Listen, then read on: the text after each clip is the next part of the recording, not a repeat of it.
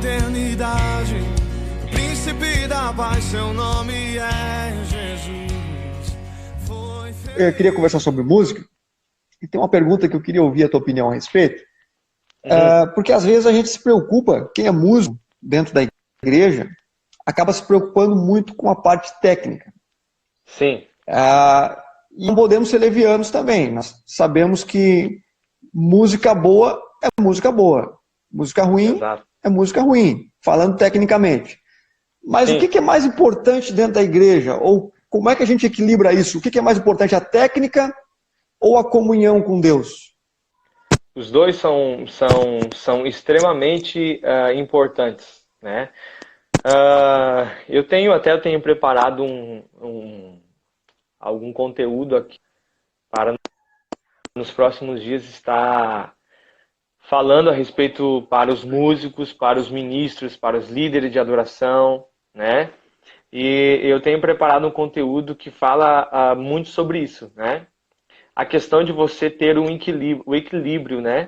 Do técnico e do espiritual.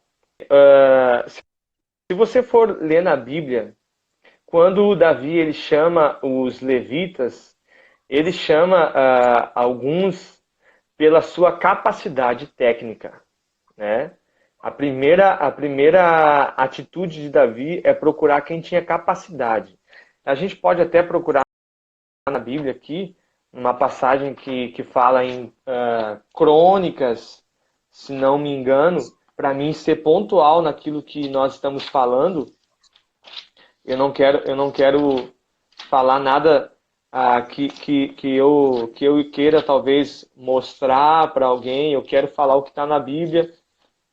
E deixa eu só encontrar aqui, se não me engano, é primeira Crônicas, capítulo 15. Olha que interessante, Lucas. Primeira Crônicas, no capítulo 15. Eu vou ler só um versículo. Versículo 22. Kenanias, o chefe dos levitas, ficou encarregado dos cânticos. Essa era a sua responsabilidade, pois ele tinha competência para isso. Primeira Crônicas, capítulo 15, versículo 22. Procuro ter como referência Davi, porque ele tinha uma preocupação de fazer algo excelente para Deus no templo. Porque naquela época a gente sabia que a arca, tudo que era feito com muita exatidão, a tenda. Então, quando você... no caso, essa aqui era a segunda tentativa dele de trazer a arca, né? A primeira foi frustrante, né? Houve até morte. Então, o problema é quando você quer fazer algo para Deus e você não ouve uma diretiva de Deus. Ao invés de você trazer vida, você está trazendo morte. E na segunda vez ele prepara Emã, Asaf, Etan, e o cantor do templo era Kenanias. Ele estava encarregado, ele era chefe, e ele estava encarregado dos cânticos, e ele tinha capacidade para isso.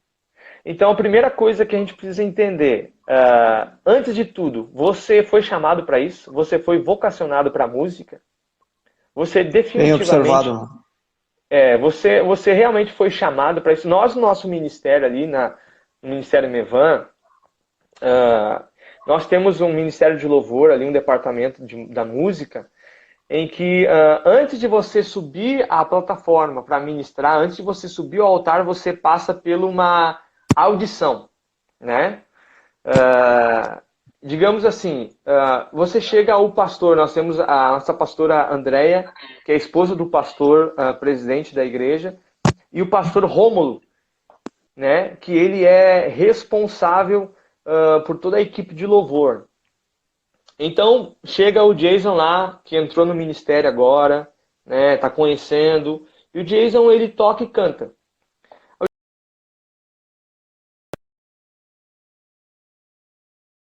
Vai chegar até o pastor Rômulo. Pastor Rômulo, tudo bem? Eu sou o Jason, eu canto, ministro, né? Deus me chamou para isso. Aí o que o pastor Rômulo vai fazer? Olha, tal dia nós vamos ter uma audição. Então você esteja na audição e nós queremos te ouvir. Então tem alguns jurados ali, né? homens de Deus, homens capacitados e que vão ouvir você. Essa é uma audição que foi adotado pela igreja, por quê? Porque nós temos uma responsabilidade de colocar pessoas em cima do altar que são capacitadas para exercer a sua vocação. Então, antes de você estar ministrando para a igreja, você precisa ser aprovado pela igreja. Então, quando é passada essa audição e no final dá o resultado ali, né? O pastor chama e o pastor vai dizer para você, olha, realmente você tem um chamado para música, né? Então nós vamos estar desenvolvendo junto, caminha junto com nós. Literalmente a gente viu que você canta, que você toca bem. Então, aí a partir daí, Lucas, a partir daí nós vamos começar a ser discipulados. Aí nós vamos começar a desenvolver o seu homem interior, o espiritual. Então, a primeira parte é, eu fui chamado para isso? Ou será que é só um desejo que eu tenho de querer tocar e cantar? Né? Então, e outra coisa, Lucas, é muito bom ter pessoas verdadeiras que apontam para você e digam para você não o que você quer ouvir, mas o que você precisa ouvir. Né? É verdade. Infelizmente, as pessoas muitas vezes elas têm medo de dizer a verdade para aquela pessoa, a verdade que ela precisa ouvir, que vai ajudar ela lá na frente. Não vai atrasar ela. Porque muitas vezes ela está batendo numa tecla que ela não foi chamada para aquilo. Então você tem que, com amor, chegar naquela pessoa, meu querido, vamos entender junto. Deus te chamou para isso. Eu estou orando, eu quero ser um trampolim para o teu destino, para aquilo que o Senhor tem para você. Mas eu quero que você entenda, realmente é isso? Ora, vamos orar juntos? Será que é para isso que Deus te chamou? E depois que você entender, aí vai para o segundo passo, que é o espiritual, que é um desenvolvimento do homem interior, maturidade espiritual. Todos os meus talentos, os meus dons, e digamos assim, que eu utilizo como na parte da música, porque música não é adoração, música é uma ferramenta. Né? Adoração é um estilo de vida. Né? Adoração não é uma música, nunca foi uma música. Adoração é um estilo de vida. Então, se você tem uma vida com Deus diária, quando você for cantar, aquilo vai ser só uma resposta, vai ser só uma consequência. Mas o seu estilo de vida tem que adorar o Senhor. Então, quando você foi chamado para aquilo, Deus me chamou, Deus me vocacionou para a música, eu estou estudando para aperfeiçoar isso, aí você vai começar a caminhar naquilo que Deus te chamou. Aí você vai fluir. Aí aquilo que você cantar, aquilo que você vai falar, vai ter uma autoridade autenticada de Deus. Então, aí são as duas coisas. Você pode sim ter uma vida espiritual com Deus, você pode você pode ser um homem de monte, né? Vai no monte toda sexta-feira orar, vai de madrugada, jejua direto, né? Tem tempo com Deus, intimidade. Se não foi chamado para música, não tente ser músico. Talvez Deus chamou para outra coisa.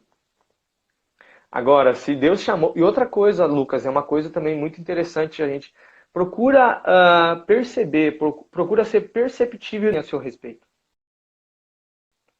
Eu carrego algo comigo assim, Lucas. Eu procuro sem... Muitas pessoas não sabem, mas eu tiro 5 pessoas que são verdadeiros amigos e que falam aquilo que eu preciso ouvir e não o que eu quero ouvir.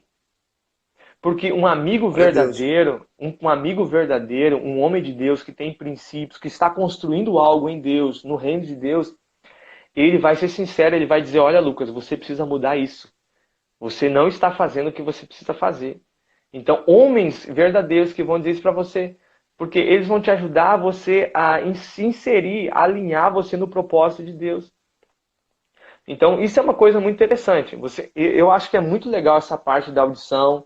Você passa por um filtro, entendeu? Você identifica se a pessoa foi chamada para aquilo. Né?